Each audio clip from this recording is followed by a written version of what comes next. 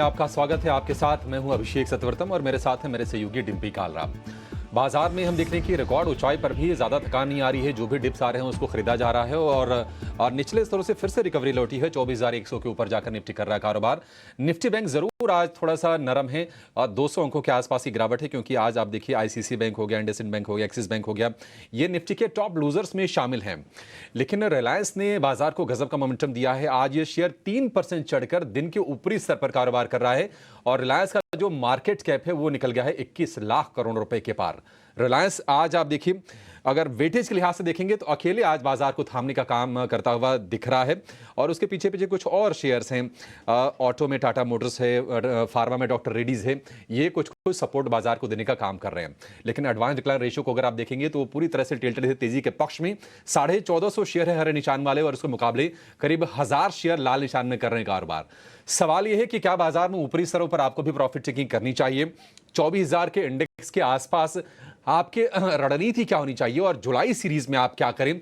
हमने एक बहुत ही विस्तृत वृहद इंडेक्स को लेकर, स्टॉक्स को लेकर एक पोल भी कराया है। उस पोल के नतीजे भी आपके सामने थोड़ी देर में हम रखेंगे। लेकिन पहले ये जान लेते हैं कि अगले 1 घंटे में और हम करने क्या वाले हैं। तो 2:35 पर हम ये जानेंगे कि क्लोजिंग के ट्रेड्स कौन से हैं, अपने एक्सपर्ट से समझेंगे उनके पसंद के शेयर जहां पर मोमेंटम आगे दिख सकता है। 2:40 पर लेकर आएंगे ऑप्शंस के चैंपियन। 3 बजे होगा मार्केट एट 3:05 पर डीलिंग रूम का हाल हम लेकर आएंगे। खबर गर्म है, ये खास सेगमेंट होगा। और 3:15 पर BTST या फिर STBT ट्रेड लेकर आएंगे। इवेंट्स टू वॉच होगा 3:20 पर। लेकिन फटाफट देख लेते हैं बाजार की प्रमुख हाईलाइट्स 5 बड़ी बातों में। तो RIL कदम पर निफ्टी में तेजी है। 24,100 के फिर से पार निकलकर कारोबार कर रहा है। रिकॉर्ड स्तर के आसपास होल्ड करने की कोशिश है। हालांकि प्राइवेट बैंकों में मुनाफा वसूली है, उसके चलते हम दबाव में निफ्टी बैंक को देख रहे हैं। लेकिन 200 अंकों की ही गिरावट है।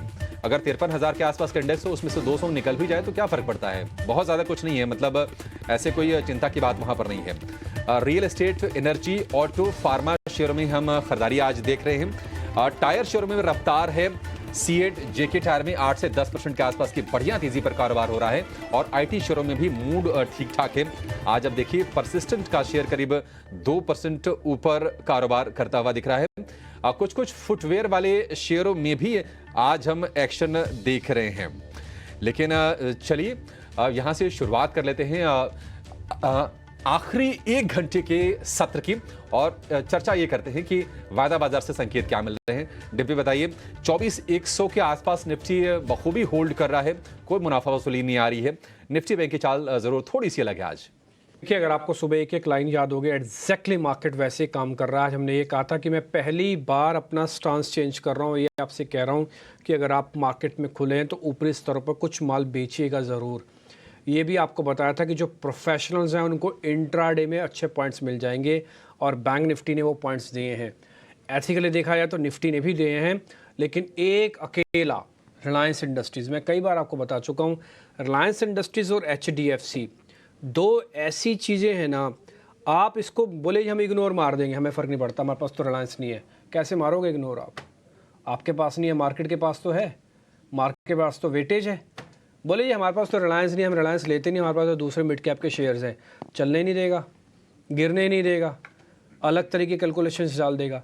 एक चीज़ से साफ होती है, अगर कोई आदमी वेटेज की चीज़ को भूल जाता है ना, मार्केट में वेटेज नाम की कोई बला भी है, वो रिलायंस और HDFC बार बार चल के आपको प्रूव कर देते हैं कि वेटेज नाम की चीज़ है, आप इसको इग्नोर नहीं कर सकते। और जिस दिन हम चलने पर आए आपको बताएंगे क्या होगा। एक पॉइंट मैंने आपको सुबह और नोटिस कराया था कि FIs 13% से 83% तक आ चुके हैं। उनके पास ज़्यादा स्पेस नहीं है माल भरने का। आज आप देख रहे होगे तो माल सिर्फ और सिर्फ रिलायंस इंडस्ट्रीज़ पे कॉर्नर हो रहा है। बड़ी हैरानी की बात है कि जिसने दाम बढ़ाए, सुबह ये भी पॉजिटिव खुला, इसको देखिए दूसरी कंपनीज ने भी दाम बढ़ाए, जैसे कि भारती एयरटेल। दिखाइए एक बार ज़रा स्क्रीन पर उसका हाल। वोडाफोन ने अभी अनाउंस नहीं किया, लेकिन वोडाफोन आपको लगता है कि वो दाम नहीं बढ़ाएगा, वो भी दाम बढ़ाएगा ही। भारती एयरटेल डेज लो पे काम कर रहा है। वोडाफोन भी दिखाओ 1 मिनट के लिए ज़रा। वोडाफोन डेज लो पे काम कर रहा है। बट रिलायंस में ऐसा क्या है कि रिलायंस डेज हाई पे काम कर रहा है? भाई दाम तो वोडाफोन ने भी बढ़ाए, इसने भी बढ़ाए हैं, भारती एयरटेल ने। उसका शेयर 4% से लाल निशान में क्यों आ गया? क्लियरली मैंडेट है कि इंस्टीट्यूशनल की तरफ से जो काम हो रहा है वो बाजार पे एक दो स्टॉक्स को पकड़ के उसके अंदर पोजीशनिंग हुई है काफ़ी स्ट्रॉन्ग से। और मैं इसको एक्चुअली में शेयर्स पकड़ के नहीं बोलूँगा, मैं इसको बोलता हूँ इंडेक्स मैनेजमेंट। ये बहुत अच्छे से और बहुत बढ़िया तरीके से हुई और पिछले 3-4 दिनों में जो सेक्टरल रोटेशन आया ये भी मार्केट के अंदर आया, नोटिस हुआ। एक और चीज़ मैं आपको बता देता हूँ, इंडिया विक्स को देखने की आदत अब छोड़ दीजिएगा। अगर कोई आदमी इंडिया विक्स को देखता है, मैंने कई बार आपको नोटिस कराया कि इंडिया विक्स अभी 0.0 हो चुका है, जब तक ये 15 साढ़े 15 के ऊपर नहीं जाएगा। एक और चीज़ मैंने सुबह सुबह आपको नोटिस कराई थी कि मेरे को ऐसा लगता है कि अगर गिरावट आएगी तो पहले बैंक निफ्टी में आएगी, क्योंकि मेरे को बैंक निफ्टी के अंदर रिलायंस की वेटेज भी नहीं लगती और मेरे को रिलायंस का कोई खास वो भी नहीं है। आज सुबह से ही रिलायंस ने एक बार भी मौका ऐसा नहीं दिया जब वो खिसका हो नीचे की तरफ, इसलिए मेरा पूरा मन आज बैंक निफ्टी पे था और मैंने ये बात बताई थी कि बैंक निफ्टी थोड़ा नीचे आएगा। आप देखो बैंक निफ्टी डेज लो टेस्ट कर रहा है वापस आके, लेकिन निफ्टी को नीचे नहीं आने दे रहा, वो रिलायंस इंडस्ट्रीज़ है। अगर आज माइनस रिलायंस कर दूँ ना मैं, तो आज बाज़ार के अंदर पहली बार ऐसा शुरुआत होगा जब बाज़ार लाल निशान के साथ क्लोजिंग करके डेज लो पे क्लोज करेगा। ये पहली बार होगा कई दिनों के बाद। तो ये चीज़ आज नोटिसेबल थी, बट रिलायंस उस पूरे पैटर्न को डिस्टर्ब कर रहा है। देखते हैं क्या होगा, बट मेरा ऐसा फिर भी मानना है कि आपको बड़ा ही सिलेक्टिव होना होगा। टाइम एक मैंने सुबह सुबह आपको एक और बात बोली थी कि जिनको एक राउंड की प्रॉफिट बुकिंग करनी है कृपा करके वो ज़रूर कर लें। आगे बाज़ार चलेगा नहीं चलेगा सब कुछ डाटा के अधीन है, एफआईज के अधीन, इंस्टीट्यूशंस के अधीन, गवर्नमेंट पॉलिसीज़ के अधीन है, लेकिन फिर भी आपको अपनी थोड़ी समझदारी का परिचय ज़रूर देना होगा। एक और चीज़ मैंने आपको सुबह बताया था कि आप शूज़ वाले शेयर्स पे ध्यान रखिएगा। स्पेशली आपको एक शेयर मैंने नोटिस भी करवाया था, वो था बाटा इंडिया का। आप देखो F&O का वो टॉप गेनर स्टॉक है, 5% इंट्राडे बाटा के अंदर मैंने तो काफ़ी दिनों बाद तेज़ी देखी और अभी डेज हाई पे काम कर रहा है। पहले कवरिंग की, अभी लॉन्ग कर रहा है। एक बार ज़रा दिखाइए स्क्रीन पर बाटा इंडिया का शेयर, तो थोड़ा आपको आइडिया हो जाएगा। मैं फिर से आपसे रिक्वेस्ट करूंगा कि आप अब इंडाइसिस से बहुत बड़े गेन के बारे में भी ना सोचें। ये साइडवेज हो सकता है, ये नीचे आके पुल बैक दिखा सकता है, बट स्टॉक्स अभी भी काफ़ी हैं मार्केट के अंदर जिनके अंदर मोमेंटम बहुत शार्प आ सकता है। ये बाटा इंडिया का चार्ट आप देख लो, सुबह से आराम से चला, कोई गैप वैप नहीं और कह के चलने वाला शेयर था। और हमने आपको सुबह नोटिस भी करवाया था, 2 मेहमानों से इसके लिए हमने ट्रेड पूछा था। इसका छोटा भाई भी है कैंपस एक्टिव वेयर, वो बाद में चलेगा, देखेंगे वो भी, ये भी आपको मैं नोटिस कराऊंगा। लेकिन ये जो पॉकेट है शूज़ वाली, ये बड़ी इंटरेस्टिंग पॉकेट है, बजट से पहले आप ज़रूर नोटिस रखिएगा। अब मेरे साथ मेहमान जुड़ रहे हैं, मैं ज़्यादा समय लूँगा नहीं, बताने के लिए बहुत कुछ है, लेकिन मैं उन्हीं मेहमानों से जाकर थोड़ा आइडिया लेना चाहता हूँ कि भी क्या किया जाए।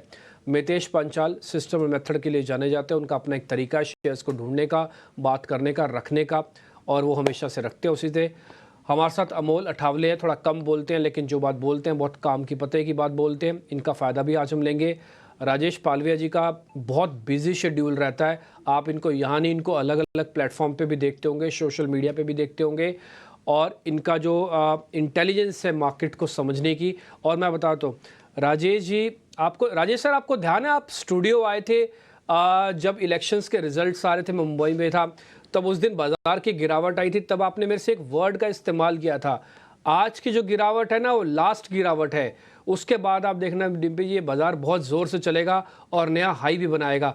आपको याद है कि सर मैं आपको याद दिला रहा हूँ, तभी आपको याद आ रही है बात?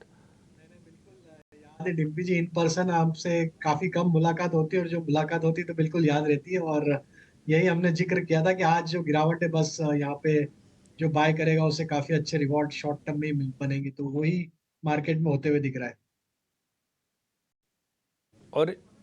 और इस शॉर्ट टर्म का रिवॉर्ड आप इसी से अंदाजा लगा लीजिए कि बैंक निफ्टी ने 1 महीने के अंदर 10% का रिटर्न दिया, जो आपको पूरे साल एफडी ना दे पाए वो बैंक निफ्टी ने 1 महीने में दे दिया। बैंक के जाओगे, बैंक का ही इंडेक्स पकड़ लो तो आपको कितना बड़ा बेनिफिट हो जाता। ये काबिल तारीफ है मार्केट के अंदर, लेकिन फिर भी थोड़ा सचेत रहिएगा। अब राह थोड़ी और अलग तरीके की चलेगी मार्केट के अंदर। आप तीनों मेहमानों का बहुत बहुत शुक्रिया, थैंक यू वेरी मच। आज शुक्रवार का दिन है, ये हफ्ता बहुत ही ज़बरदस्त था। ये जून सीरीज़ अपने आप में काबिल तारीफ सीरीज़ रही, लेकिन अब हम जुलाई में आ गए एक दूसरे अहम ट्रिगर के साथ, वह है बजट। डेट तो आई नहीं, लेकिन एक्सपेक्ट कर रहे हैं कि 20 जून के आसपास हो गई, तो अभी थोड़ा समय है। उसके बीच में एक अर्निंग का फेज़ भी शुरू हो जाएगा। बाजार ऑलरेडी 82% एफआईज लॉन्ग लेके बैठ गया है। मितेश पंचाल, आपकी इंटेलिजेंस, आपका सिस्टम और मेथड क्या कहता है? और चलेंगे, रुक के चलेंगे, थोड़ा दबाव से चलेंगे, या फिर क्या होता है दबाव? एक अकेला रिलायंस ही बहुत है। Good afternoon Dimpy ji, good afternoon Abhishek ji, good afternoon to the panellist और दर्शकों को भी गुड आफ्टरनून। देखिए डिम्पी जी, आप ओपनिंग रिमार्क्स में बहुत ही एक अच्छी बात बोली कि जो रिलायंस को ये मानता है कि भाई हम चलेंगे नहीं या ज्यादा वेटेज वाले शेयर को आप इग्नोर करोगे, तो वो जब चलेंगे तो आपको पता चलेगा उसका कंट्रीब्यूशन क्या है। तो हमारे हिसाब से आज के दिन में अभी जो फ्राइडे को हम सिस्टम और मेथड रन करते हैं, वहां पे एचडीएफसी बैंक जो है वो क्वालिफाई हुआ है। तो by as a disclaimer, by Monday तक हमारा एक रिपोर्ट, स्पेशल रिपोर्ट सिर्फ एचडीएफसी बैंक के ऊपर आएगा, और हमें लगता है कि यहाँ से आगे की रैली या फिर सिस्टम इंडेक्स को मेंटेन करने का जो जिम्मा है वो दो स्टॉक उठाएंगे, एक एचडीएफसी बैंक और दूसरा है आईटीसी। तो जहां तक इंडेक्स का सवाल है, साइडवेज कंसोलिडेशन होता रहेगा, और यहाँ से जो सरप्राइजिंग अपमूव रिलायंस में आया है, ऐसा ही सरप्राइजिंग अपमूव एचडीएफसी बैंक में और आईटीसी गोइंग फॉरवर्ड आएगा। तो ये रही इंडेक्स की चर्चा। आज का जो 3 कॉल्स है सर, वो सिस्टम और मेथड ने आइडेंटिफाई किए हैं। उसमें से पहला जो है वो है प्राज इंडस्ट्री। बहुत ही स्ट्रॉन्ग ब्रेकअप मिला है 710 के ऊपर, तो प्राज इंडस्ट्री में 733 के ऊपर बाय साइड रिकमेंडेशन होगा। यहाँ पे स्टॉप लॉस आप रख सकते हो 680 का। पहला टारगेट रहेगा 780, दूसरा टारगेट रहेगा 800 का।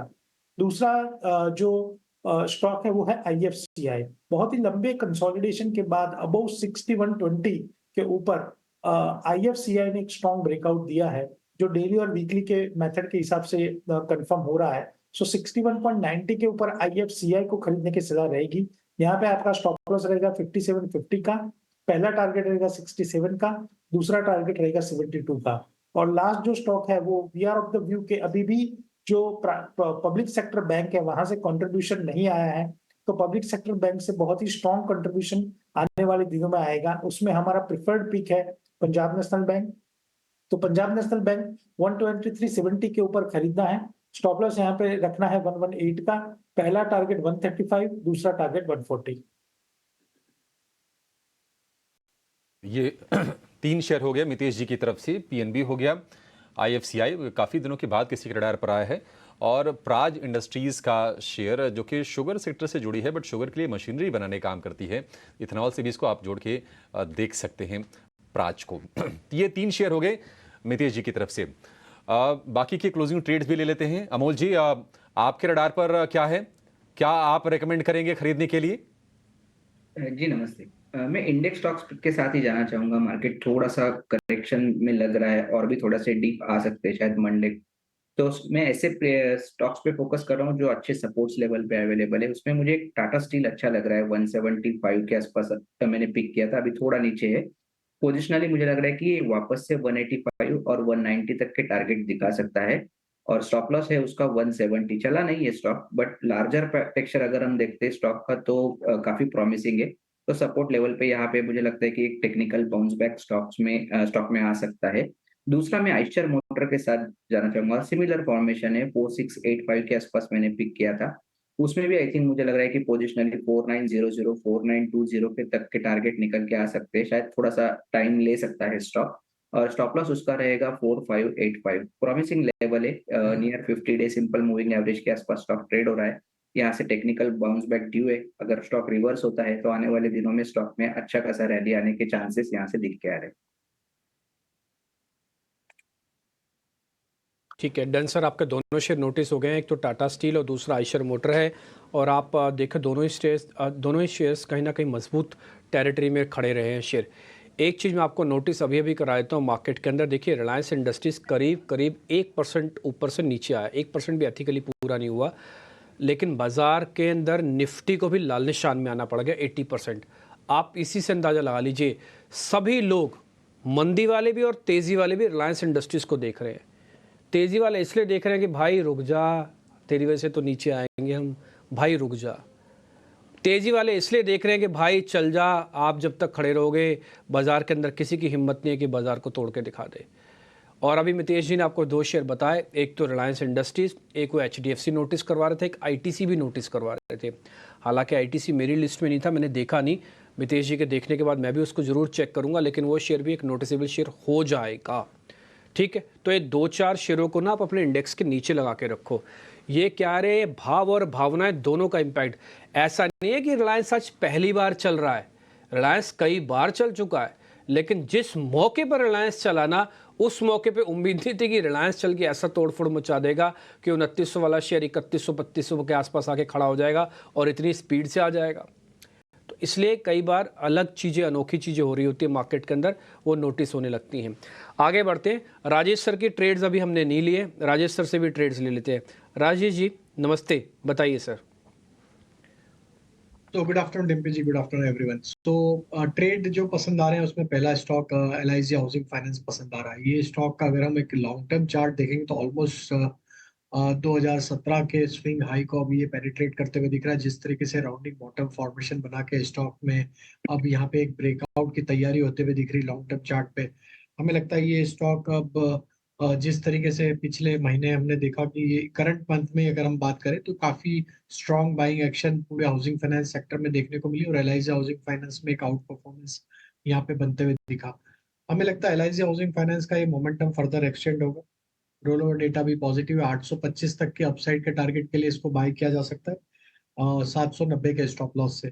दूसरा स्टॉक जो पसंद आ रहा है वो टायर स्पेस से हमें पसंद आ रहा है। हालांकि हमने देखा है कि टायर स्पेस में सारे ही स्टॉक्स आज एक अच्छे मोमेंटम में हमने इसमें से अपोलो टायर और C8 टायर पे ऑलरेडी हमारे क्लाइंट्स को रिकमेंड किया था मॉर्निंग में, लेकिन काफी बढ़ चुके हैं वो दोनों स्टॉक।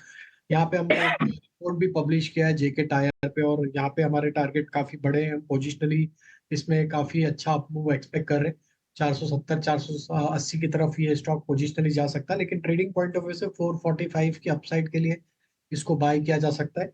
स्टॉप लॉस होगा करीब 416 का। तीसरा स्टॉक जो पसंद आ रहा है वो मेटल स्पेस से और उसमें हमें लगता है वेदांता। एक डिप के बाद, एक करेक्शन के बाद, स्टॉक में एक ब्लॉक डील होने के बाद वापस से इसमें ऑलमोस्ट अपने 50 डे मूविंग एवरेज को रीटेस्ट करने के बाद स्टॉक वापस यहाँ पे बाइंग इंटरेस्ट दिखा रहा है पिछले 2-3 ट्रेडिंग सेशन से। Overall short to medium term structure bullish ही है। ये जो डिप मिला है ये एक अपॉर्चुनिटी वापस इसको बाय करने की। अपसाइड में हम एक्सपेक्ट कर रहे हैं इसके टारगेट आना चाहिए 470 तक के। स्टॉप लॉस रखा जाएगा करीब 449 के आसपास।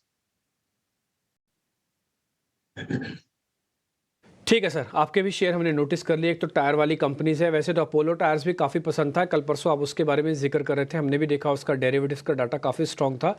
आप कह रहे हो कि JK भी ध्यान रखो, तो JK टायर आपने बताया ना सर, अब मेरी नोटिस लिस्ट में रहेगा।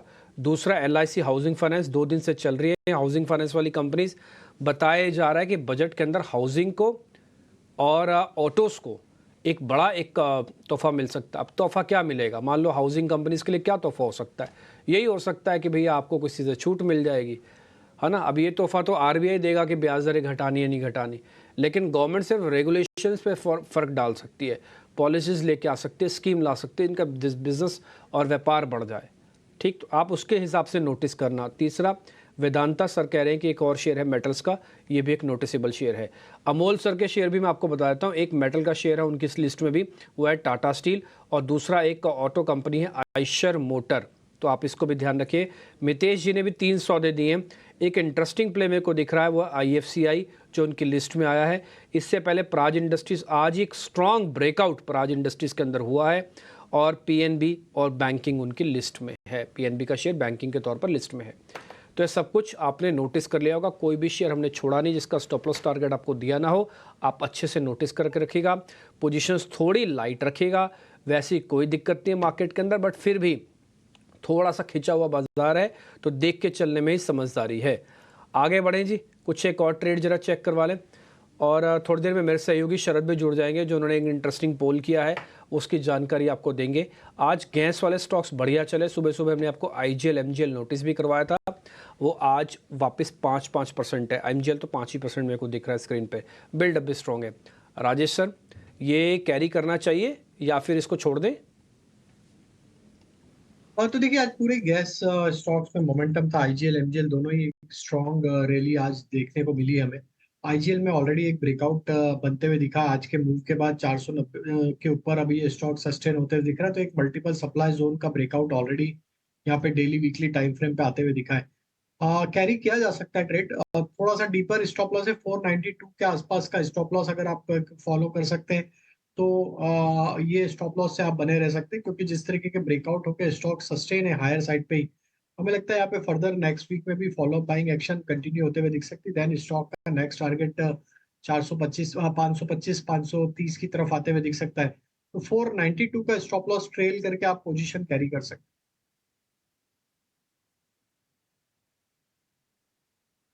Done sir. तो ये आपके लिए आईजीएल और एमजीएल मोटा मोटी इसका एक व्यू पॉइंट हो गया। अब आगे बढ़ें।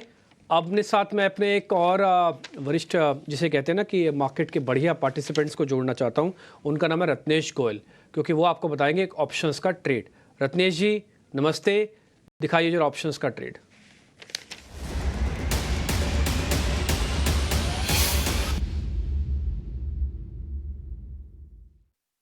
रत्नेश सर बताइए कौन सा ऑप्शन लेके आए हैं आप?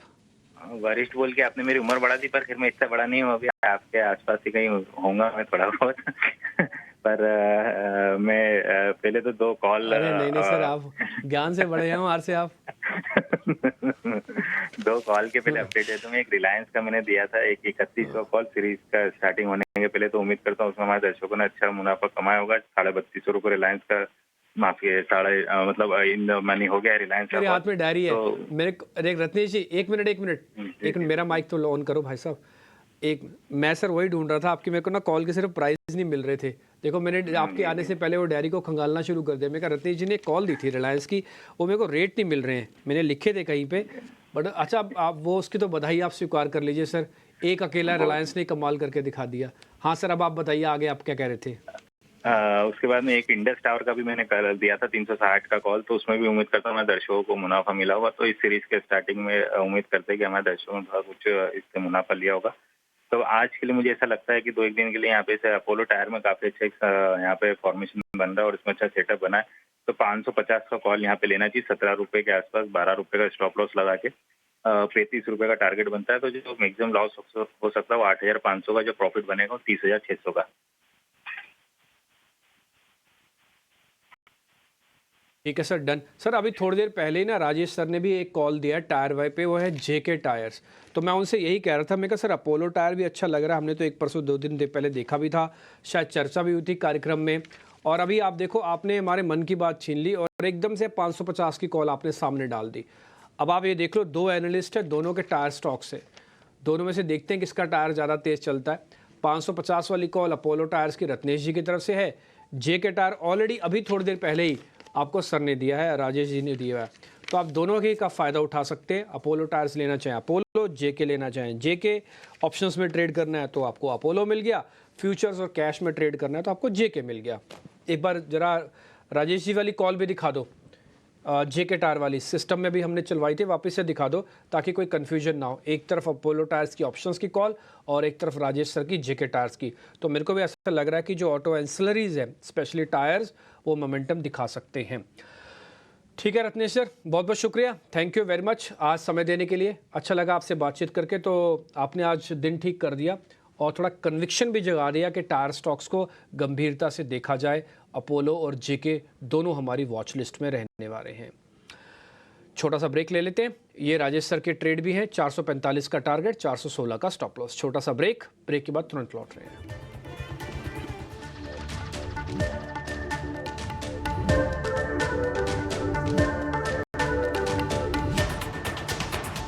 मैंने दुनिया के कदमों को आगे बढ़ाया। ब्रेक के बाद आपका फिर से स्वागत है। बाजार रिकॉर्ड ऊंचाई के आसपास ही ट्रेड कर रहा है। निफ्टी है 24,100 के आसपास और अच्छी चीज़ ये है कि होल्ड करने की कोशिश भी कर रहा है। निफ्टी बैंक में थोड़ी सी नरमी ज़रूर है, लेकिन रिलायंस ने आज बाजार को संभाल रखा है। लेकिन आपके अब मन में ना जब रिकॉर्ड ऊंचाई बन गया है तो सवाल बहुत सारे हो गए कि बजट तक बाजार का मूड क्या रहेगा, क्या बाजार में तेज़ी इस लेवल पर भी करें या फिर मुनाफा वसूली कर लें। Reliance, HDFC bank, ICICI bank, ये तमाम शेयर पिछले महीने भर में खूब चले हैं, क्या ये और चलेंगे? इनमें रणनीति क्या हो? ऐसे तमाम सवालों को लेकर हमने बाजार के जो बड़े दिग्गज जो एक्सपर्ट्स हैं उनके बीच में एक पोल किया है। उस पोल के नतीजे क्या हैं ये बताने के लिए हमारे सहयोगी शरद दुबे जुड़ गए हैं। शरद, बताइए क्या क्या सवाल आपने पूछे एक्सपर्ट से और उनके जवाब क्या आए हैं? जी बिल्कुल, हमने जो है पूरे 5 या 6 बहुत सारे जो कॉमन सवाल आ रहे थे दर्शकों के, तो हमने उन सबको एक साथ लिया और बताया कि करंट मार्केट लेवल्स पे क्या रहनी चाहिए, एक्सपर्ट्स की राय ली और हमने एक पोल बनाया है 18 हाउस स्वदेश में। सबसे पहला सवाल जो हमने पूछा था हमारे एक्सपर्ट से वो था कि 24,000 का स्तर से निफ्टी क्या आगे की जो है चाल होने वाली है। अभी करंट लेवल्स पे जो है फीलिंग आ रही है कि जो गिरेगा या कंसोलिडेशन होगा, वहाँ पे लार्जली मेजॉरिटी का जो है ओवरऑल व्यू पॉइंट देखने मिल रहा है। चढ़ने का पॉइंट जो है सिर्फ 10% के ही हमारे जो है टोटल पोल के रेस्पोंडेंट्स ने जो है जवाब दिया है। अब दूसरा सवाल हमने पूछा था कि बजट पेश होने तक निफ्टी कहाँ पर रहेगा, ये कौन से लेवल्स रहेंगे। 24,500 पे तो ज़्यादा नहीं दिखा, लेकिन 23,500 पे 60% जो हमारा पोल हुआ है वहाँ पे जो रेस्पोंडेंट्स कह रहे हैं कि इस लेवल्स पे जो है आ सकती है निफ्टी। तीसरा सवाल था कि किस इंडेक्स में ट्रेड के बेहतर मौके बन सकते हैं। तो 3 इंडेक्सेस हमने निकाले थे जहाँ पे अभी निफ्टी बैंक ज़्यादा अट्रैक्टिव लग रहा है हमारे मेजॉरिटी ऑफ द रेस्पोंडेंट्स को, और एक्सपर्ट्स के जो सलाहकार हैं वो कह रहे हैं कि निफ्टी बैंक पे ट्रेड किया जाए, इस पे बेहतर मौके मिल रहे हैं। चौथा जो कंपनी है या सवाल कहेंगे, माफ़ करेगा, वो है बैंकिंग शेयरों पे क्या रणनीति होनी चाहिए, खरीदें, मुनाफा वसूली करें कि गिरावट पे एंट्री करें। तो अभी जो है खरीदारी की राय ज़्यादा देखने मिल रही है, 70% का जो है कहना है कि बाई करें। आखिर में सबसे बड़ा सवाल उठता है रिलायंस के ऊपर। रिकॉर्ड स्तर पर रिलायंस है, इसके शेयर को अब क्या किया जाए। तो ऑफकोर्स बहुत सारे पॉजिटिव्स फैक्टर्ड इन हो गए, रिलायंस जियो की अनाउंसमेंट भी आ गई है और जो टैरिफ हाइक की जो बात थी उसके कारण भी स्टॉक चली है। अब जो है यहाँ पे आ रहा है एक एग्जिट के जैसे निकल जाने का जो है थोड़े कॉल्स आ रहे हैं 65% का, और थोड़ी सी मुनाफा वसूली जो है करंटली 25% जो है रेस्पोंडेंट्स का मानना है। तो ऑफकोर्स थोड़ी सी कॉशियस टोन हो गई है ओवरऑल अगर एक्सपर्ट्स के बारे में बात करें इस पोल में जो हमने अभी लिया है। ठीक है, थोड़ी सी कॉशियस टोन ज़रूर है, लेकिन बजट तक 23,500 के ही लेवल आ रहे हैं। यहाँ से 500 पॉइंट ही नीचे, बहुत कोई ज़्यादा डिस्रप्शन के आसार नहीं है बाजार में। लेकिन उम्मीद करके चलते हैं कि आपके मन में जो भी सवाल उठ रहे होंगे उनका जवाब बिल्कुल ये एक सटीक पोल के माध्यम से मिल गया होगा जिसमें बड़े बड़े एक्सपर्ट्स शामिल हुए हैं। शरद, बहुत शुक्रिया ये पोल सामने लेकर आने के लिए और ये पोल करने के लिए भी। एक छोटा सा ब्रेक लेंगे और ब्रेक के बाद भी ढेर सारे बेहतरीन ट्रेड आप लेकर आएंगे।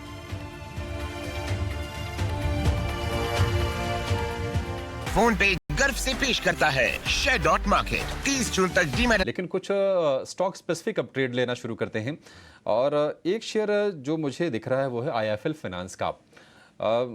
Rajesh ji, IFL finance RBI की तरफ से जब प्रतिबंध लगे थे ये शेयर हो गया था 300-325 रुपए के आसपास का, वहां से स्ट्रॉन्ग रिबाउंड और फिर से 500 रुपए के ऊपर आकर ये कारोबार कर रहा है।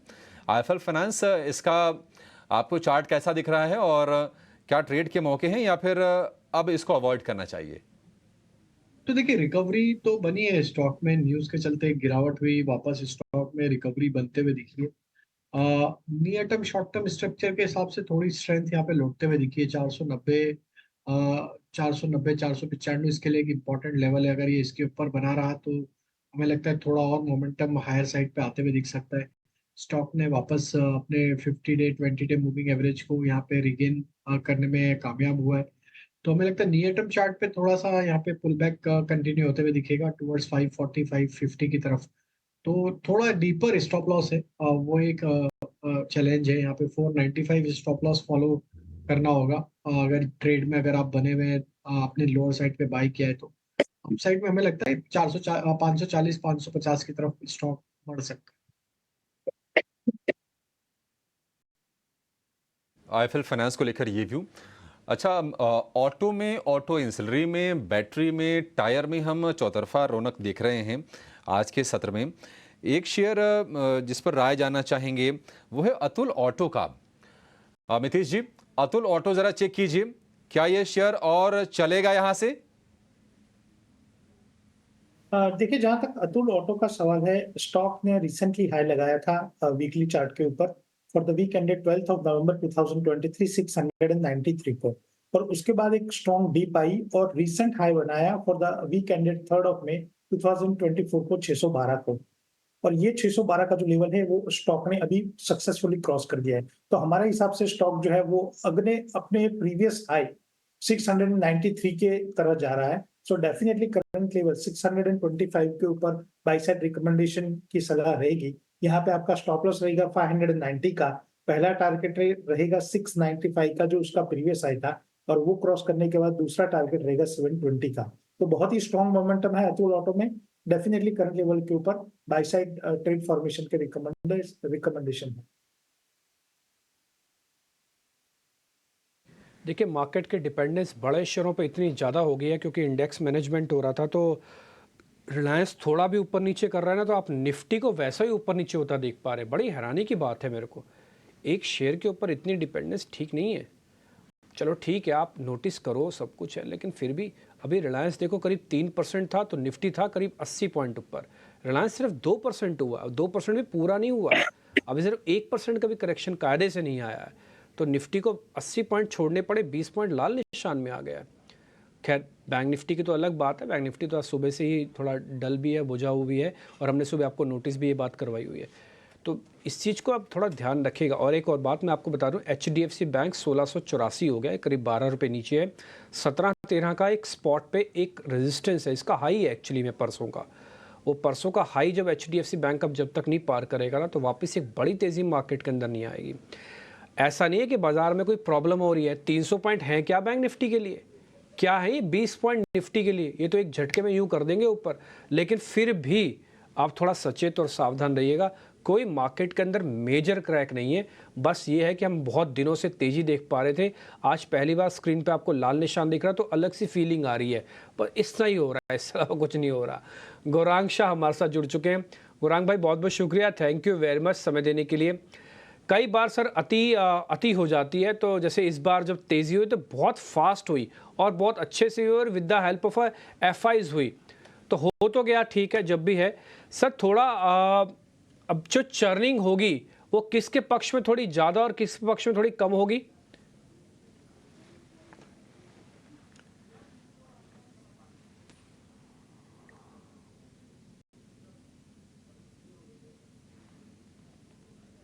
गुरांग सर, ओह आवाज़ ही नहीं आ रही गुरांग सर तक, तो हमारी नहीं पहुंच रही है कि उनकी आ नहीं रही है?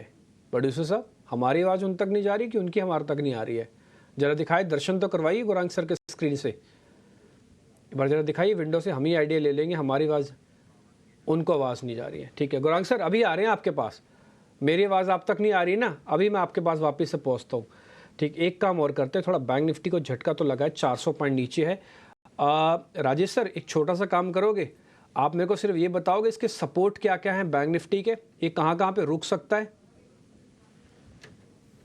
देखिए, ऑलमोस्ट हम सपोर्ट के पहले सपोर्ट के आसपास ही ट्रेड कर रहे हैं। 52,400 हमें लगता है स्पॉट पे जो लेवल है यही एक इम्पोर्टेंट सपोर्ट है। इसके नीचे क्लोज होते हैं तो थोड़ा फॉलोअप सेलिंग भी आते हुए दिख सकता है, तो हमें लगता है हम ऑलमोस्ट सपोर्ट के आसपास ही ट्रेड करते हुए देख रहे हैं। अगर हम 52,400 के लेवल को होल्ड आउट करते तो हमें लगता है वापस थोड़ा सा लास्ट के 10 मिनट में वापस थोड़ा पुल बैक आते हुए दिख सकता है बैंक निफ्टी में। अगर ये इसके नीचे फिसलेंगे तो फिर 52,200 की तरफ नेक्स्ट सपोर्ट बनते हुए दिख रहा है। तो 52,400 52,200 ये दो सपोर्ट है, जिसके पहले सपोर्ट के तो आसपास ही हम ट्रेड कर। क्या पहले सपोर्ट के आसपास आप ट्रेड कर रहे हैं, तो मैं नोटिस भी कर रहा हूं सर, इसको देख भी रहे हैं। फिलहाल करीब 300 पॉइंट के आसपास की गिरावट फ्यूचर्स पे, 400 पॉइंट की गिरावट निफ्टी स्पॉट पे आपको दिख रही होगी। आगे बढ़े, 3 बजे का मार्केट का एक एक्शन एक बार आपके सामने रख देते हैं। गौरव मेरे सहयोगी आपके सामने रखेंगे, उसके फिर हम चर्चा को आगे बढ़ाते हैं। स्टॉक्स बहुत सारे हैं और मेहमान भी है, राजेश सर हैं, अमोल हैं, और साथ ही मितेश जी भी हैं, गुरांग सर भी जुड़ गए हैं। बस एक बार 3 बजे का एक्शन देख लेते हैं पहले, और आप और हम मिलके। बताइए गौरव जी। जी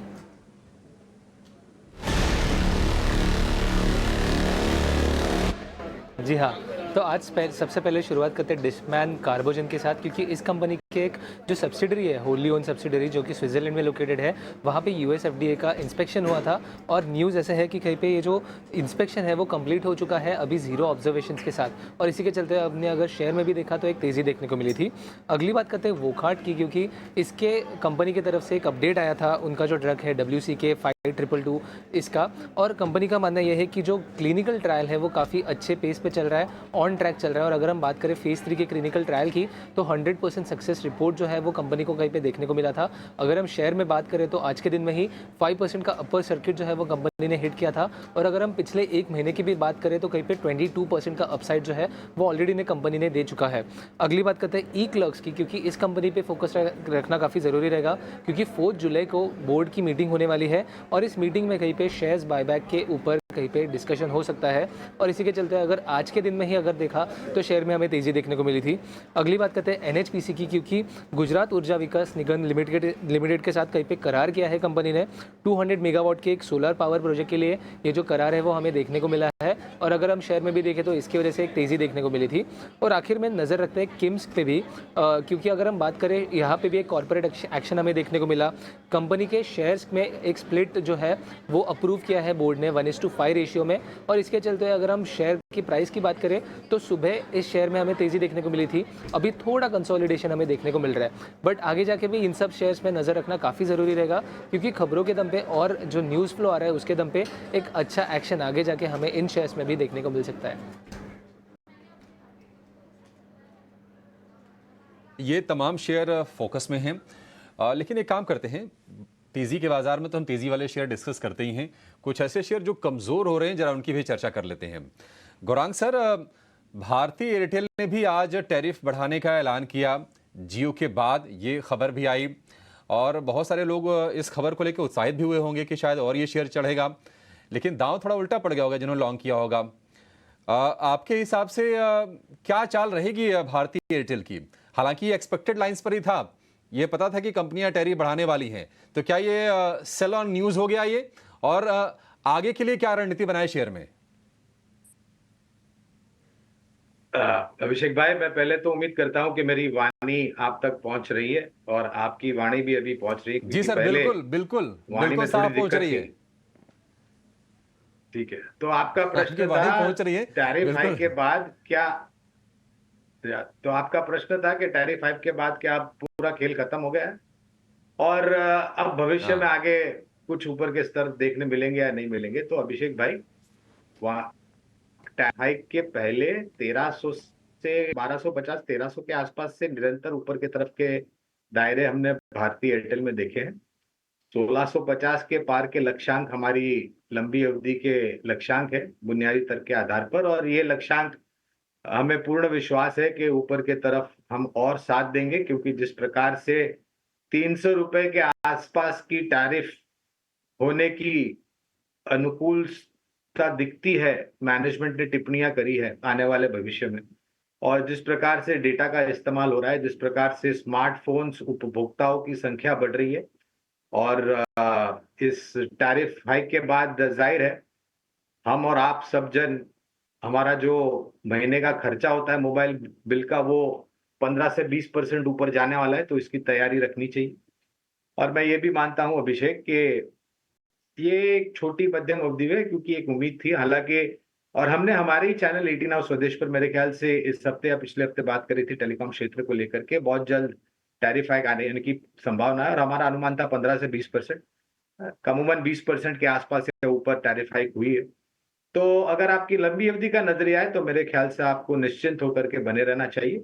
आने वाले भविष्य में आपको शायद और ऊपर के तरफ के मोबाइल के बिल के खर्चे झेलने की क्षमता रखनी चाहिए। लंबी अवधि का नजरिया है तो आप बने रहिए, दिक्कत की बात नहीं है। टैरिफ आगे और भी बढ़ सकते हैं, तो कहीं ना कहीं अगर आपके मोबाइल का बिल बढ़ेगा तो ये उसकी भरपाई करवा देंगे शेयर, एक के भी तरीका हो सकता है ये। लेकिन राजीव जी, आप पीवीआर जरा आप चेक कीजिए, पीवीआर आज कमज़ोर है। हालांकि ऐसी खबरें आ रही हैं कि जो मूवी है कल की, उसको बड़ा अच्छा रिस्पांस मिल रहा है। बाकी अगर हम हॉलीवुड की मूवीज़ की बात करें तो वोल्वराइन है, डेडपूल है, ये तमाम मूवीज़ लॉन्च हुई हैं। क्या सपोर्ट देंगी ये सब रिलीज़, और आपको स्ट्रक्चर कैसा दिख रहा है?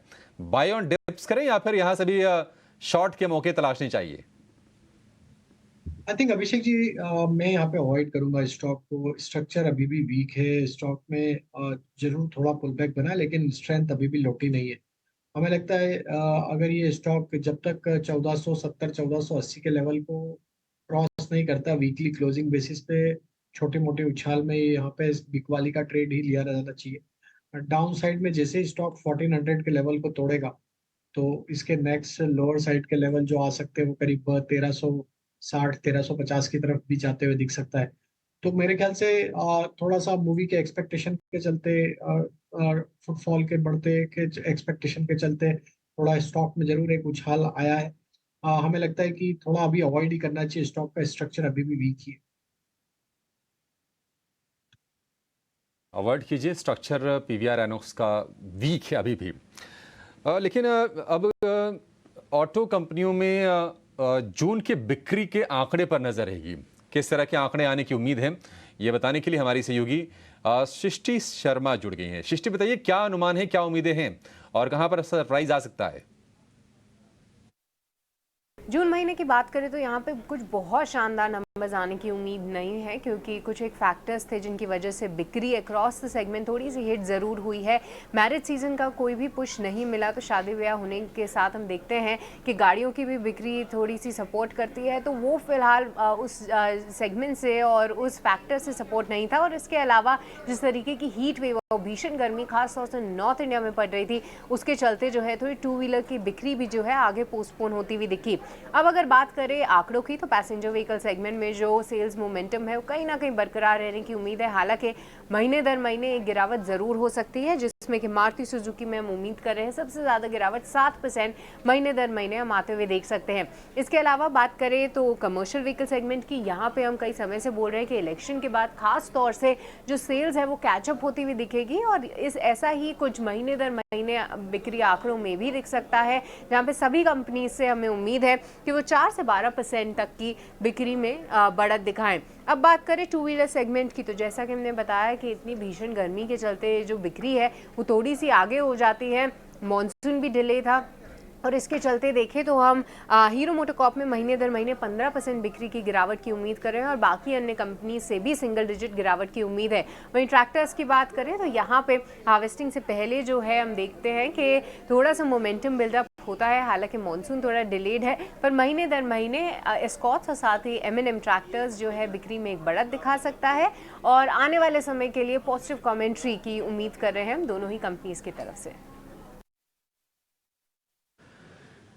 ठीक है, बहुत शुक्रिया ये बताने के लिए कि इस समय कैसे आंकड़े रह सकते हैं। गौरांग सर, आपने भी सारे नंबर्स वगैरह देख लिए होंगे, आपका टेक क्या है इन ऑटो नंबर्स पे? ये जरा रखिएगा ग्राफिक्स में जब गौरांग सर बोल रहे होंगे तो। सर, टाटा मोटर्स का नेगेटिव, M&M मतलब मंथ ऑन मंथ सॉरी, और मारुति का भी नेगेटिव है, अदरवाइज वैसे ज़्यादातर पॉजिटिव आ रहे हैं। रखिएगा स्क्रीन पर, और गौरांग सर अपना जरा टेक दीजिए इस पर। टेक देने से पहले या हमारा नजरिया देने से पहले क्षमा चाहता हूं। अभिषेक से जब मैं वार्तालाप कर रहा था तो आप सभी को शुभ दिन और सादर प्रणाम करना भूल गया था डिम्पी जी। तो सभी को सादर प्रणाम और शुभ दिन हमारे तरफ से। ऑटो सेक्टर पर डिम्पी हमारी ये राय रही है कि महीने दर महीने आंकड़े देख करके अगर आप ये निर्णय लेते हैं कि क्या आपको शेयर में निवेशित रहना चाहिए या नहीं रहना चाहिए, तो ये मेरे ख्याल से सबसे बड़ी गलती होगी आपकी, या समझदारी वाली सोच नहीं होगी। महीने दर महीने कुछ महीने में अच्छे आते हैं, कुछ महीने में कम आते हैं, तो उसमें मेरे ख्याल से ज्यादा आपको ध्यान नहीं देना चाहिए। आपको ये देखना चाहिए कि तिमाही दर तिमाही, छमाही दर छमाही, साल दर साल क्या असर आता है नतीजों का। और जहां तक हमारा मानना है डिम्पी, एक बहुत बड़ा परिवर्तन ऑटो क्षेत्र में आपको आने वाले भविष्य में आता हुआ दिखेगा। 2-3 कारण है। एक तो सरकार के तरफ से जो नीतियां बदली है वो PLI scheme, Hyundai Motors south Korean सबसे बड़ी ऑटोमोबाइल कंपनी यहाँ पर IPO लेकर के आ रही, और एक नीति सरकार की तरफ से ये भी है कि हमारे भारतवर्ष को सबसे बड़ा ऑटो उत्पादन करने वाला देश बनाने की इच्छा रखती है, और उसके लिए भी कामकाज चल रहा है। तो ये पूर्ण परिस्थिति में मेरे ख्याल से आपको छोटी मध्यम अवधि में जो महीने दर महीने आंकड़े आते हैं उसको नजरअंदाज करना चाहिए।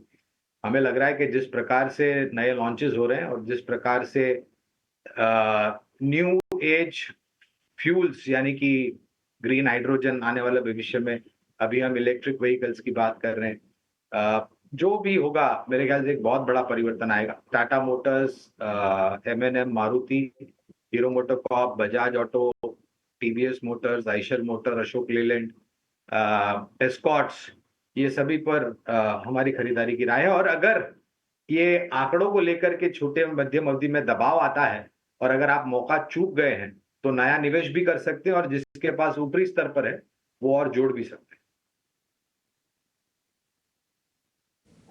ठीक है, डन सर आपने बहुत अच्छे से सारी बातों को समझा दिया, अच्छे से बता भी दिया, साथ में ग्राफिक्स भी चल रहे थे, थोड़ा उसके बारे में भी आपको आइडिया लग गया होगा। एक और शेयर मैं आपको दिखा देता हूँ, मारुति के नंबर्स बता रहे हैं जिस बार थोड़े कमज़ोर आएंगे। एक बार ज़रा मारुति का चार्ट दिखाइए, इंट्राडे लो टेस्ट कर रहा है। बाय द वे सिर्फ मारुति नहीं इंट्राडे लो टेस्ट कर रहा है, बैंक निफ्टी ने भी करीब 500 पॉइंट का एक चौका लगा दिया नीचे का। और ये बात मैंने सुबह भी आपको बताई थी कि हम ये देखिए मारुति बाकायदा डेज लो पे इस समय 150 पॉइंट का है। लेकिन गौरांग सर की बात बिल्कुल ठीक है कि आपको ना थोड़ा अपना व्यू पॉइंट पहले आप खुद जस्टिफाई कर लो आपको क्या करना है। अगर आप लॉन्ग टर्म इन्वेस्टर हो तो ये अपॉर्चुनिटी हो सकती है, अगर आप स्विंग ट्रेडर हो तो फिर आपको अलग तरीके से सोचना है, अगर आप इंट्राडे ट्रेडर हो तो फिर और अलग तरीके से सोचना है। तो पहले जस्टिफिकेशन अपने आप से भी हम करेंगे हम किस तरह के इन्वेस्टर हैं या किस तरह के ट्रेडर हैं। एक और सर गौरांग सर को एक बार रखिएगा और सभी मेहमानों को रखिएगा। गौरांग सर आप जब बोलते हैं ना बहुत मीठा बोलते हैं। अभी आपने देखिए आपकी आवाज़ नहीं आई, आपकी वाणी नहीं आई, तो आपके शब्द का जो चयन है ना बहुत ही ज़बरदस्त है। ऊपर से आप इतना मीठा बोलते हैं ना सर, मैं आपको सही बताऊँ आप ज़्यादा बोलेंगे ना हम सबको तो डायबिटीज़ ही हो जाएगा। अब इतना मीठा इतना मीठा बोलते हैं, बहुत अच्छा लगता है आपसे बातचीत करके, है ना। तो मैं क्या करता हूँ आपसे बीच बीच में आता रहता हूँ। आपसे अगर मैं 4-5 क्वेश्चन एक साथ पूछ लूँगा ना तो मेरे को तो डायबिटीज़ ही हो जाएगा। तो इसलिए मैं दूसरे मेहमानों से घूम फिर के आता रहता हूँ कि चलो भाई ठीक है, थोड़ा थोड़ा मीठा लेते रहो, थोड़ा थोड़ा मीठे लेते रहो। नहीं, हमारी मिठास जो है ना वो सादगी वाली मिठास है, इससे कोई बीमारी डायबिटीज कुछ नहीं होगा आपको। अरे वाह, फिर ठीक है, ये अच्छा है कि आपकी डायबिटीज फ्री वाली मिठास है, तो जी भर के लो और जम के लो। गौरांग सर को जितनी देर स्क्रीन पे आप रखोगे ना उतना अच्छा है। और देखिए आप सिर्फ गौरांग सर की बात नहीं बोल रहा, हमारे अमूमन सभी मेहमानों के साथ ना सर ये बहुत अच्छा डिसिप्लिन है। देखिए मैं किसी दूसरे पे तो नहीं जाऊंगा कि दूसरे क्या है क्या नहीं है, बट हमने एक चीज़ मेंटेन की हुई है कि देखिए जो भी मेहमान स्क्रीन पर आते हैं, जो भी बात अपनी रखते हैं अच्छे से रखें, सामने बढ़िया तरीके से रखें। हम कोई टोका टाके नहीं करते जब तक आप पूरे बयान अपना ना दे दें, उसके बाद ही हम उस पर अपना फाइनल बता देते हैं कि देखो ये मेहमानों ने ये कहा है। तो बहुत अच्छा लगता है आप सबसे बातचीत करके, और सभी मेहमानों की अपनी अपनी खूबसूरती है। खैर हम आगे बढ़े, एक BTST ट्रेड तो लेने हैं, लेकिन उससे पहले ना प्रकाश हमारे साथ जुड़ रहे हैं। और प्रकाश, अच्छा एक और चीज़ खबर भी आई है कि सिर्फ दिखाना एक बार क्या डीजल पे क्या लगा है। मुंबई, ठाणे, मुंबई में डीजल के दामों में कटौती हुई है। ये कटौती स्टेट लेवल पे हुई होगी, एक बार ज़रा वापस से दिखाएं और बड़ी स्क्रीन से दिखाएं। 24% से घटकर 21% है। ये टैक्स लगता है जो रीजनल एरियाज़ हैं मुंबई के, कुछ कुछ स्पेसिफिक एरिया में वहाँ पर ये कटौती हुई है, तो थोड़ा ध्यान रखा जाए। वैसे आपको पता है कि 2 स्टेट अब सेंटर के बाद जहाँ पे चुनाव होने हैं, उसमें एक महाराष्ट्र है, उसमें एक हरियाणा है। तो डीजल पे टैक्स में कुछ कटौती की गई है, ये बजट से पहले कटौती है। पेट्रोल पे जो टैक्स घटाया गया है वो 26% से घटकर 25% है, एक ही है, हाँ एक ही परसेंट का है, लेकिन डीजल पे कटौती थोड़ी ज़्यादा है। कुछ इम्पैक्ट लगता तो नहीं कि बहुत ज़्यादा आ जाएगा, और स्टेट रेवेन्यू का अपनी बैलेंस शीट का है। चले मैं ठीक है, मैं कैलकुलेशन में डाल भी दूँ तो मेरे को ऐसा लगता है कि 2-2.5 रुपये का फ़र्क पड़ेगा। भाई देखो 100 रुपये का भी मान लो डीजल है आज की रेट में एग्जाम्पल से, तो अगर आप 2 या 3% टैक्स घटा रहे हो तो वो 3 रुपये ही फ़र्क आएगा। गौरांग सर को ज़्यादा इम्पैक्ट आएगा क्या ये ऑयल मार्केटिंग कंपनीज पे? एक्चुअली में इनका तो क्या है, तो पास ऑन हो जाएगा गवर्नमेंट के पास, टैक्सेशन तो आखिरकार जाता है गवर्नमेंट की ट्रेजरी में है ना, इनकी तो बुक्स में रहता ही नहीं। नहीं दिव्य जी वो बात ठीक है, लेकिन इनकी ये बुद्धिमत्ता चुनाव के दौरान ही क्यों आती है, ये मेरा प्रश्न है। अरे भाई आपको करना है, और सबसे पहले तो मैं कहता हूँ डिम्पी जी कि ये petrol, diesel, LPG, kerosene, gas जो भी है वो सबको आप GST में लेके आइए ना, अनुमति कीजिए ना सब राज्यों के स्तर पर। बातें होती है, चर्चा होती है, हम अनुमान लगा देते हैं, लेकिन फिर जहां से शुरुआत हुई थी वहां पर आकर के अटक जाते हैं। तो ये ठीक है 2-3% की कटौती की है, उम्मीद करता हूं कि चुनाव के बाद 2 गुनी बढ़ ना जाए डिप्टी जी, और ये मन लुभावन चीजें मेरे ख्याल से लॉलीपॉप बताने वाली बातें जो होती है ना, वो मेरे समझ के परे है, तो मैं ज्यादा तवज्जो नहीं देता इस सब चीज।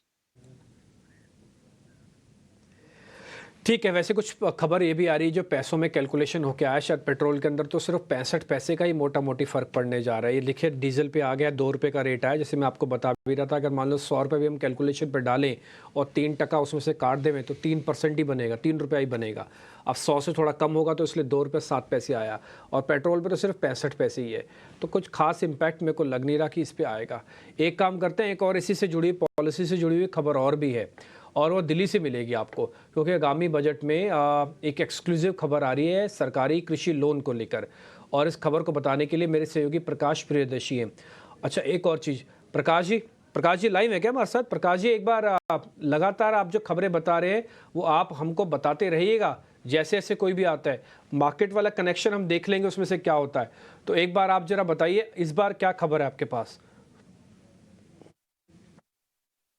देखिए, सूत्रों के हवाले से हमें जानकारी मिल रही है कि सरकार आगामी बजट में एग्रीकल्चर क्रेडिट टारगेट को बढ़ा सकती है। इसका मतलब ये है कि इसमें बढ़ोतरी होगी और ज़्यादा से ज़्यादा फार्मर्स को एग्रीकल्चर क्रेडिट का बेनिफिट दिया जाएगा। सूत्र हमें बता रहे हैं कि प्रस्ताव के हिसाब से इसमें करीब 20% तक की बढ़ोतरी की जा सकती है। इसका मतलब ये है कि वित्त वर्ष 2025 के लिए जो ओवरऑल एग्रीकल्चर क्रेडिट का टारगेट है उसको बढ़ाकर 23 लाख से 24 लाख करोड़ रुपए तक किया जा सकता है, जो कि वित्त वर्ष 2024 के लिए 20 लाख करोड़ रुपए था। इसका मतलब यह है कि ज़्यादा से ज़्यादा जो न्यू एग्रीकल्चर अलाइड सेक्टर्स हैं उनको इसमें शामिल किया जाएगा। इससे जो रूरल डिमांड है उसको भी बढ़ाने में मदद मिलेगी और ओवरऑल जो ग्रोथ है सरकार उसको भी बढ़ाएगी।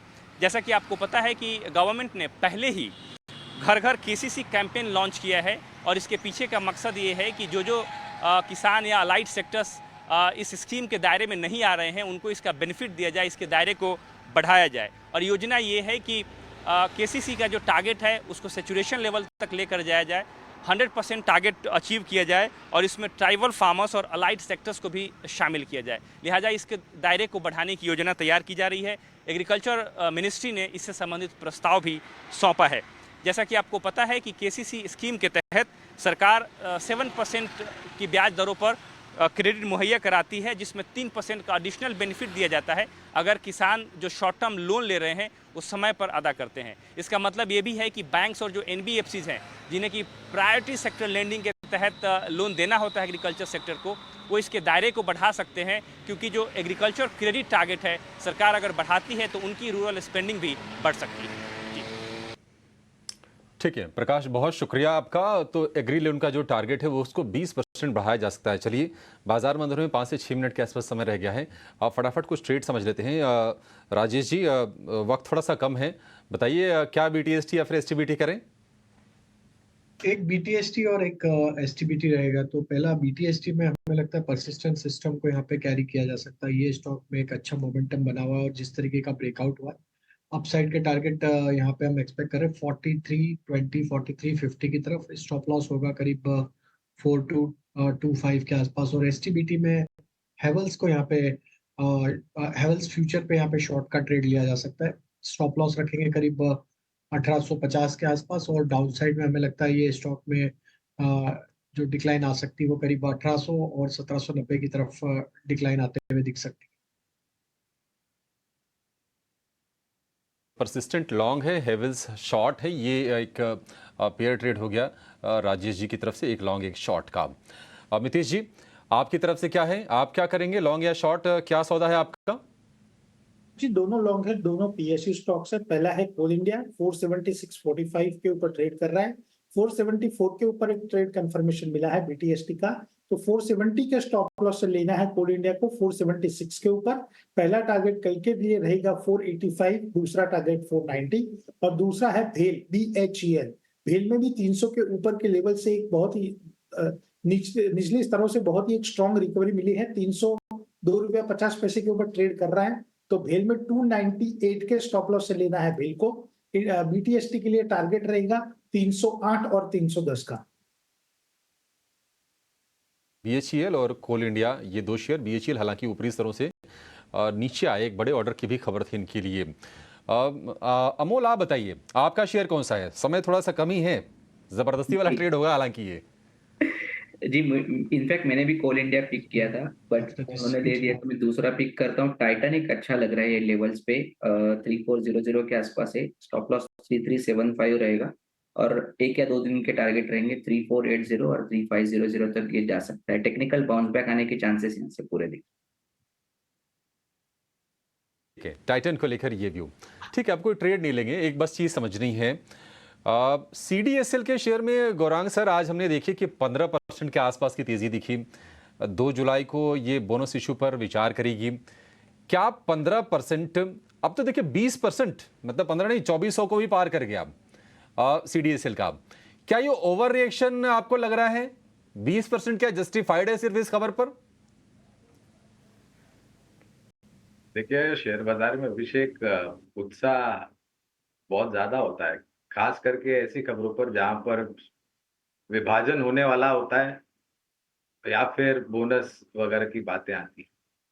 तो ये उत्साह अपने आप पे फीका भी पड़ सकता है अगले हफ्ते, जिस प्रकार से आज 20% ऊपर है। लेकिन एक चीज कहना चाहूंगा, मैं ये कंपनी स्पेसिफिक टिप्पणी नहीं कर रहा हूँ अभिषेक जी, मैं शेयर बाजार से जुड़ी हुई जितनी भी कंपनियां हैं, फिर वो सर्विस प्रोवाइडर हो जैसे CDSL या फिर प्लेटफॉर्म प्रोवाइडर हो जैसे Bombay stock exchange BSE limited, या फिर इंटरमीडिएटरीज हो ब्रोकर्स वगैरह, मैं आगे फिर से बोलता हूँ कोई विशेष टिप्पणी नहीं कर रहा हूँ, मैं सिर्फ शेयर बाजार और क्षेत्र के ऊपर बात कर रहा हूँ। हमारा आकलन ये कहता है कि हम अगर न्यूनतम 12% का सालाना ऊपर की तरफ का दायरा देखें सेंसेक्स निफ्टी पर, तो 3 से 5 साल में आप गणित कीजिए और देख लीजिए क्या आंकड़ा आपके सामने उभर करके आता है। और यही विश्वास और बुलंदी अगर हम हमारे शेयर बाजार में बना करके चलते हैं अभिषेक जी, तो शेयर बाजार से जुड़ी हुई जो सक्षम और मजबूत कंपनियां हैं उस पर भी आपको ध्यान और नजर रखना चाहिए।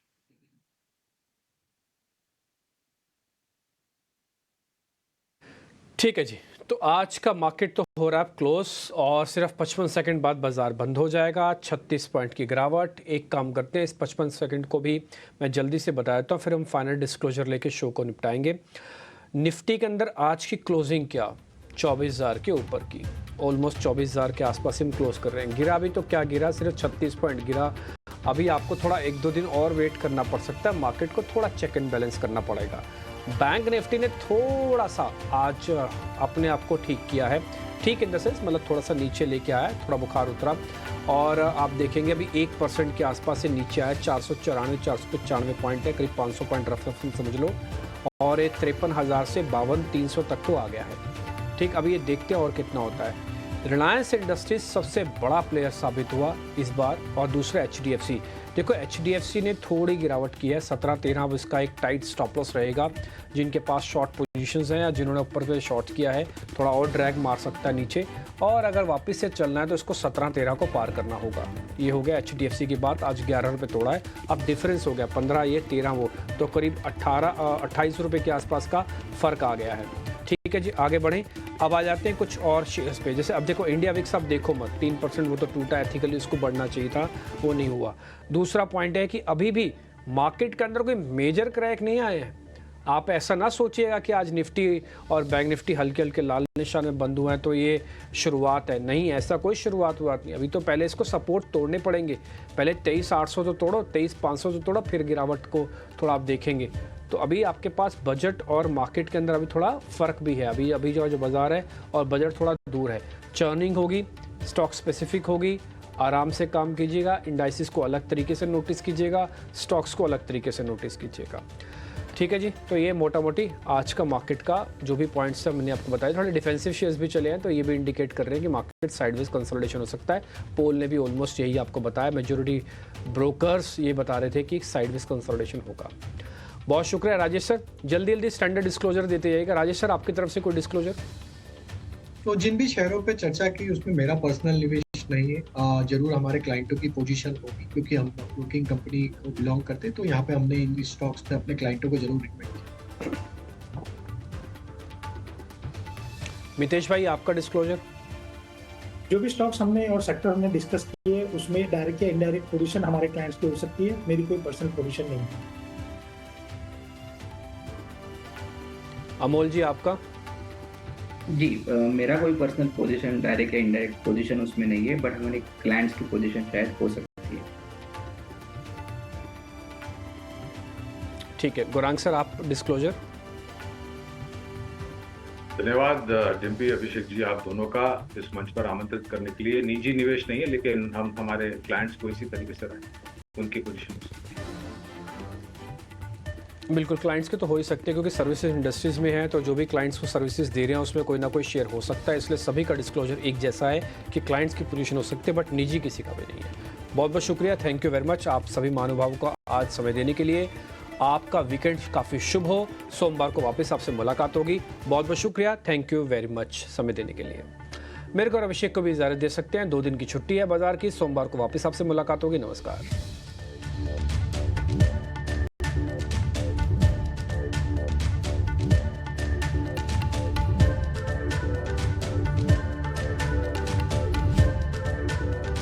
फोन पे गर्व से पेश करता है Share.Market। 30 जून तक डीमैट अकाउंट खोलें और 31 दिसंबर तक पाएं 0 brokerage, F&O and intraday equity delivery wealth basket पर और अकाउंट खोलने का 0 फी। Share.Market डाउनलोड करें और